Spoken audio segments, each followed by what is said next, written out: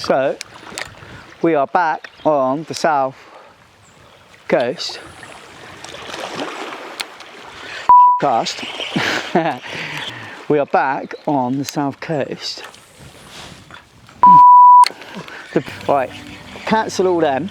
Oh mate, these are well skinned. Delete them. That's the kiddie. Right. Yeah, we are back on the south coast. Doing one of my favourite angling types of angling, and that is wrasse fishing. In the summer, whether it's from a boat or the shore, is absolutely a fantastic thing to do. With the right gear, the right tackle, just minimal equipment, you can have some of the best lure fishing you could possibly believe. Just by rock hopping with a mate, casting lures up and down the gullies, creature baits, fish lures, worm baits, whatever you fancy. The wrasse are pretty obliging when it comes to giving you a bite or two. And best of all, they love feeding. In bright, sunny conditions, wrasse just don't care. They just want a free meal. So that's what we're going to do today. We're just going to do exactly what I'd normally do if I came down here. Just come down, go around the gullies, catch a load of pretty looking wrasse. Maybe we'll see how many we can catch. Cover some of the tactics and tips and things that I've picked up over the years from trial and error, etc. And have a good day's fishing.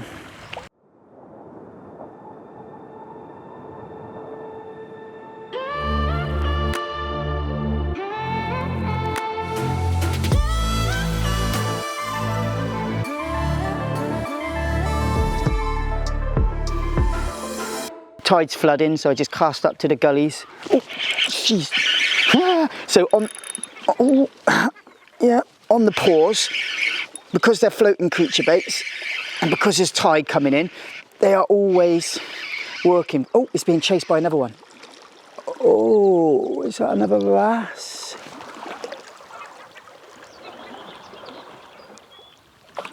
Yeah, it's another wrasse was chasing this one, and he's just gone underneath there. So what I'm going to try and do is deal with this one and then try and catch that one quickly. So here we go. What have we got here? Pretty. Look at that. Beautiful wrasse. Oh, look at that. Beautiful. There we go. A typical example of a ballan wrasse. On the creature bait there, you've got the tungsten weight. Just flicking that lure up the gullies and just slowly working it back. And this one was just taken on the paws. So just while I sat that there waiting, just chatting to camera, and then it's just got nailed. And that happens a lot when you're doing this. You don't have to keep on moving them. The slower you go, the less you slag, the less you snag, the more you catch. Do the GoPro on the next one. That one's gone, mate. There it goes, yeah. But his mate was chasing it in. Oh, could you see it? No way, no way. You could actually see it from there, could you? Yeah, and it's just here. It just stopped underneath the rock. I can see the bottom from up there. Oh, no way.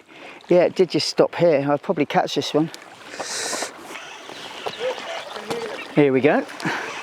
So, just as the tide's starting to flood, flicking the little creature bait up into the gullies. These wrasse are actually just searching the gullies. There's a little camo one there. Beautiful fish. Pound for pound, some of the best lure fishing you'll get on our coastline. They are absolutely accessible to everyone, catchable by everyone, and pretty much enjoyed by everyone because of their qualities. Amazing fish. Just get that gently out, there we go. Come on baby.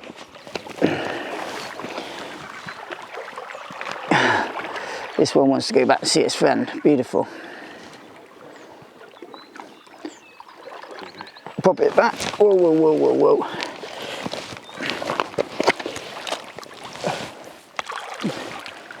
So camouflage, aren't they? There we go, baby. Get our bearings back. You're going the wrong way. It's that way to see. Just wants to hide under any ledge it can. Oh, yeah, straight next to the foliage. Straight next to a bit of an old bladder rack there. Okay. I would imagine if there was two, there's probably more up there. I'm sure there's a fish out there for some reason. It just feels like there is, but when I keep coming down that line, it keeps picking up loads of like this cottony, like blankety. Yeah, there's one.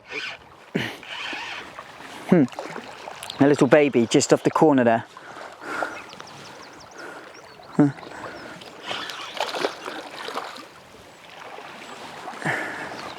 There we go.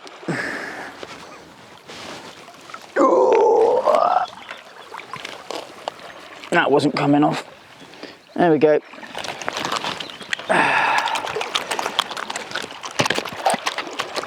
You bring your priest. Jeez, yeah. Yeah. Beautiful little wrasse. Nice, mate. Yeah. There we go. Right off it. Done. Wow. That's that one. Yeah, that was number 6. We're going to count today. So I don't normally count that much. But we're going to have a little see what we can get up to. Right, I said to Sam we were going to leave this spot, but I have this gully. You can see if you look at the geography, sheer cliff, like sheer cliff. When it goes out there, it's not going to be sheer cliff, but it's still going to be an indentation of this gully running out through, and you can kind of see as you look out from up high. So I'm going to try and work that gully a bit further back and a bit deeper, just to see if there's any fish right out there. Oh, yeah, I had a hit then. Beautiful weather. Nearly summer-like. Yeah, about time, isn't it? Yeah.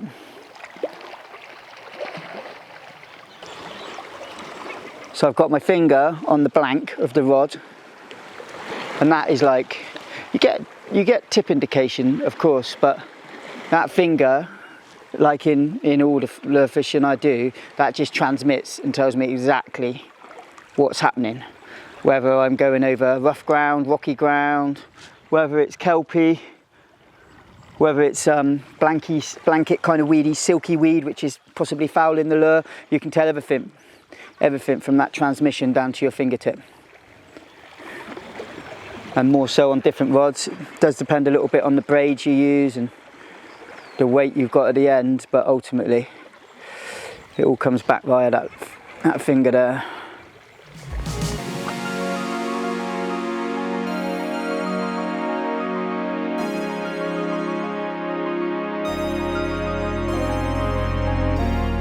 Damn, I can't believe I missed that.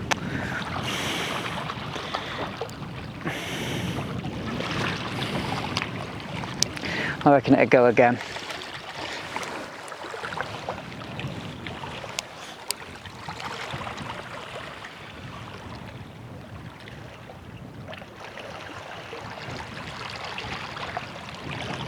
Just letting that lure sink all the way down.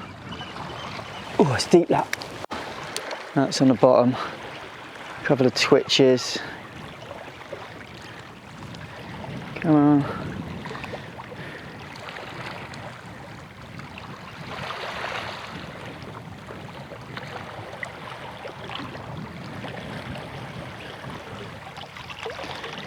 Literally just got a rod length and then it comes into a massive wall. Oh, yeah, there's one. Oh, wow, came off. Oh, I can still see it sat there. I don't know if it'll go again. It's not actually that big, but it might go again.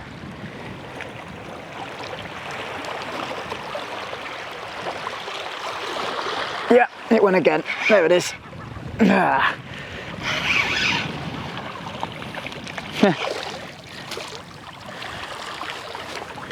That's why it always pays to keep watching the water, because That could have been a huge fish. It's not, but it could have been.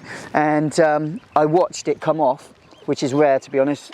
They normally stay on, but I watched it come off and I watched where it went and sat and sulked, and then just put the lure straight past it again. And then curly up tail. And there we go. A lovely wrasse. So there it goes.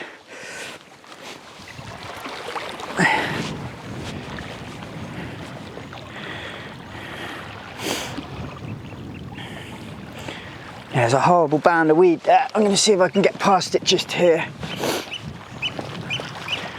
Here, the old oyster catcher. They're probably nesting on that island there.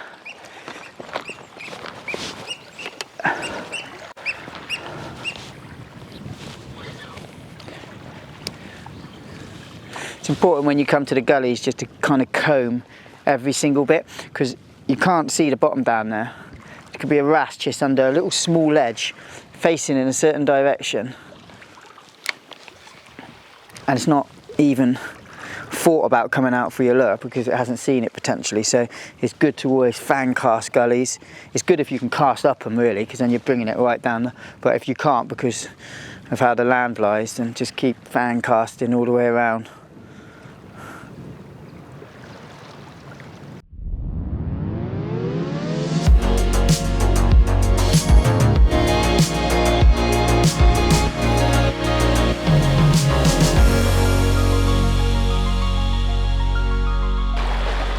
So the beauty about this type of fishing, and really kind of lure fishing in general, is if you stay as mobile as you possibly can. So lightweight rod, lightweight reel, really good footwear. I've got everything I need here in the back. I've got scales, a bag to weigh any in. I've got a spare set of forceps, food, drink, and then here I've got all my lures, all my hooks, all my terminal tackle, all the comb weights, different types of lures, everything like that.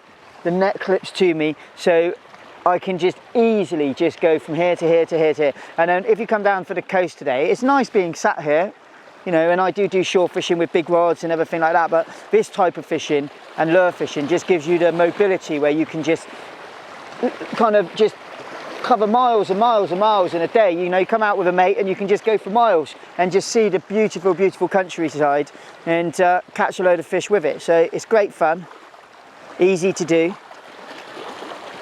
The tackle's really simple and there's lots of fish to get caught. It's perfect.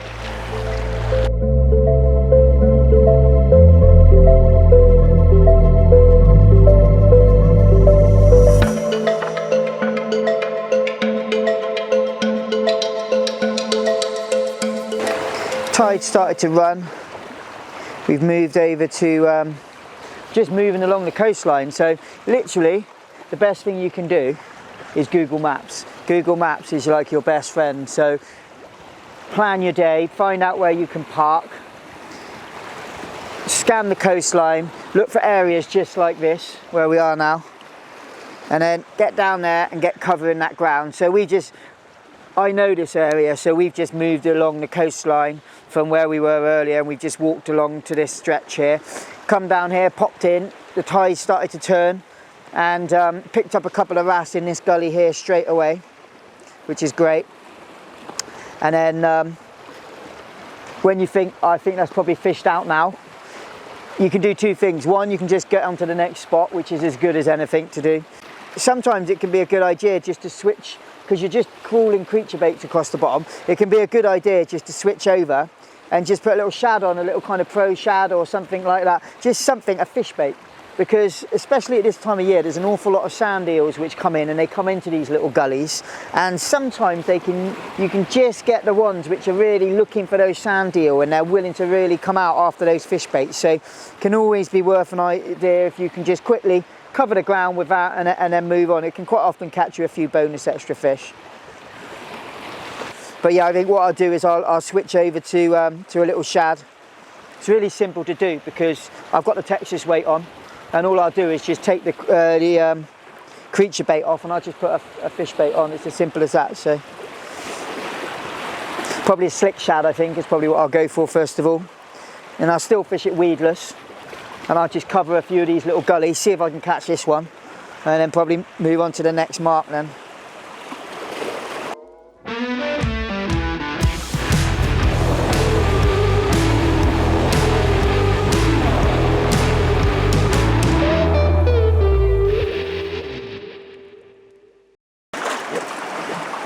There we go, it's a lovely hard fighting wrasse, caught right underneath my feet. Now, the easiest and safest way of pushing a bigger one back is just lower it down in the net.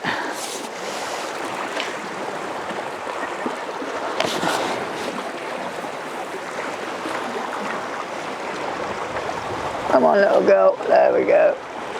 There she goes. Oh, there she goes. Perfect. Let's go and see if we can catch some more.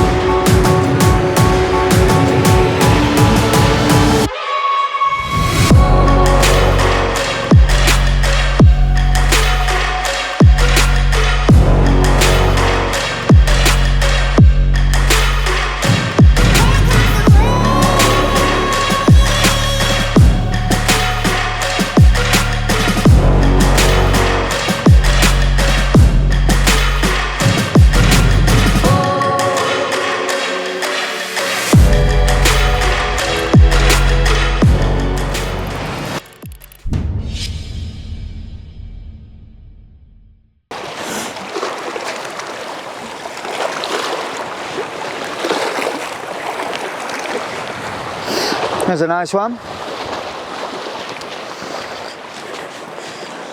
And that was exactly the same place I tried earlier, but it was slack water. And then I put a lure for it now, and I catch a wrasse on the first cast, just because they got a bit of water running over them.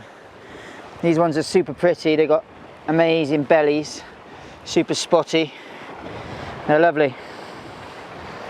All right, let's slip this one back. I was about to change over to probably a slick shad. I think I was going to change over to, but don't know, I might just flick another.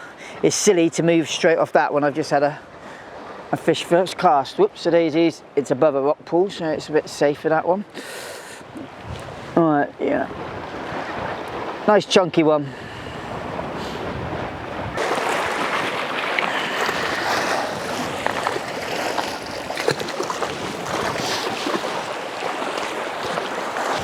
There you go, look, that's why you don't use braid straight through. You see that starting to fray there? As soon as that touches on any of these barnacles or any of these rocks, it's usually when you've got a fish on, then you might snag and you might be trying to pull it out and it's rubbing. If you have braid on it, it'd just be gone. Whereas this is your rubbing leader, so it's 20-pound fluoro. All I'll do is just take it off there, retie it on, it'll be good to go.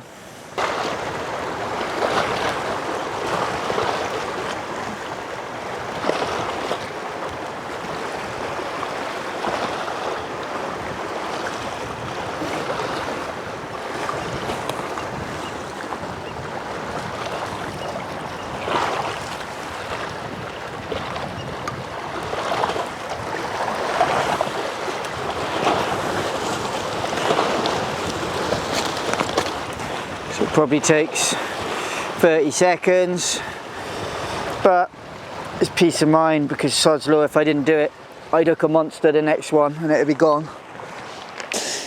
So if you're going to come and do this, then you're going to need to know what tackle to use, and it is very straightforward. You don't need specialist gear, which is the best thing, because there's nothing worse than trying a type of fish in and it might not be for you, or you might not do it very often and you've got to have a bit of justification in your tackle. Well, this tackle can be used for perch, you could use it for pike, you could use it for various other sea species as well. A rod anywhere between 7 and I use 7 to 28 is quite a common range, but it could be 10 to 30. That type of thing is perfect, and that's because a lot of the time you're going to be using kind of weights, cone weights, which are going to be anywhere between kind of 5 and maybe up to 12, 14 gram.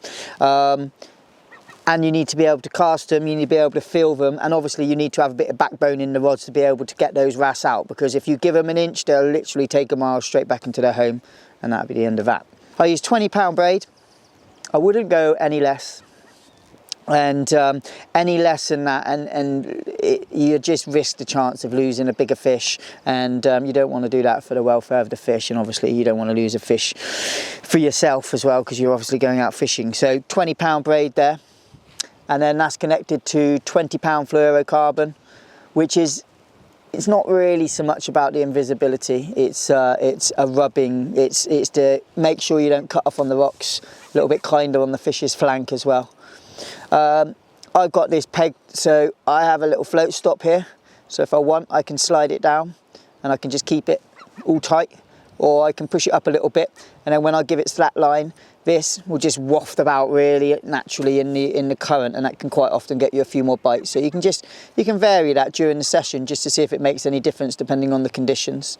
Also, if I do change over to a shad, I can do exactly the same, push it up front, or I can have it slack as well. The reel, 2,500 size reel, 3,000 size, 3,500 maybe, and then it needs to be nice and light. You want this to be like very light, because you're going to walk miles and miles and miles. So light, strong, good tip reaction, plenty of backbone if you need it. 2,500 size reel, and that's a good little outfit which enables you to fish for bass, wrasse, pollock, and have some great fun. Hard working, bulletproof kit. On our large floating creature baits, which are the ones I use, you could use the smaller ones and you probably will get more bites, but I use the bigger ones because I just find the bigger profile does tend to pick out the bigger fish. And on that, I find that's our 3/0 offset weedless hook, and that comes out, it's where, it's not quite essential, but it comes out exactly where I want it to come out. So it literally comes out right near the top of the lure, so it's tucked away in there, it's totally weedless. You can skim that through absolutely anything. It's got that little groove there, tucks through at the back, and that works perfect for me. 3.5 sounds big, but it's very strong, and then it's got good gape on it, so when it comes through, it catches, and away you go. Tuck it back in, and you can bring it through the kelp and the rocks and it won't snag up.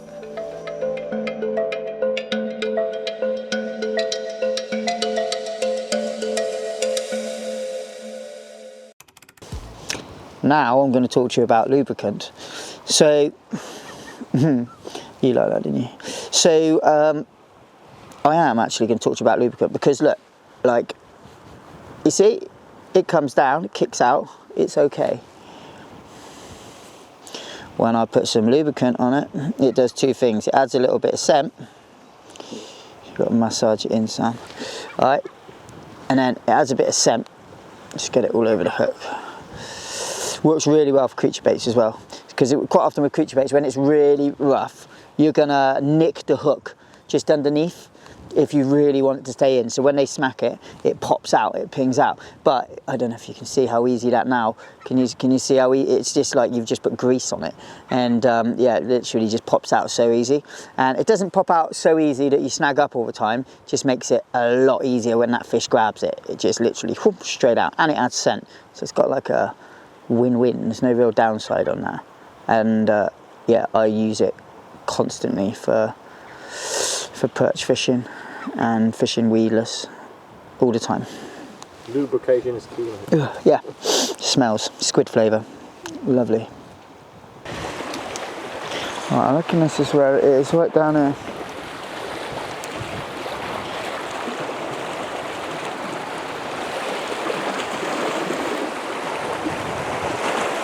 Yeah, there we go. That's the one which wouldn't take the creature bait.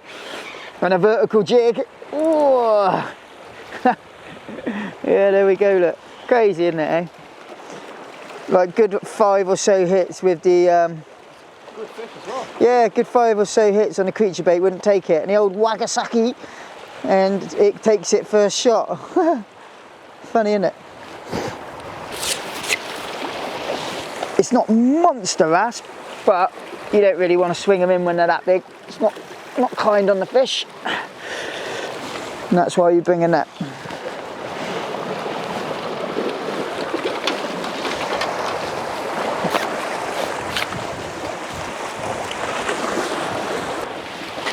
There we go. Oh. There we go, look at that.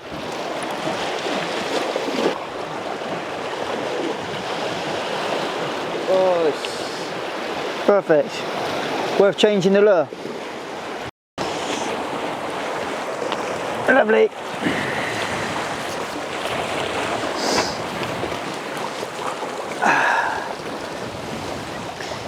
Ready?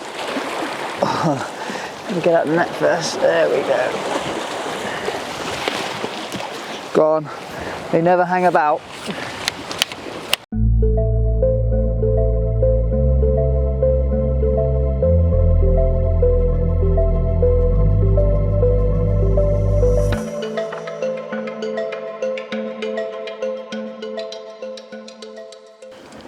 Well, we've had a good day.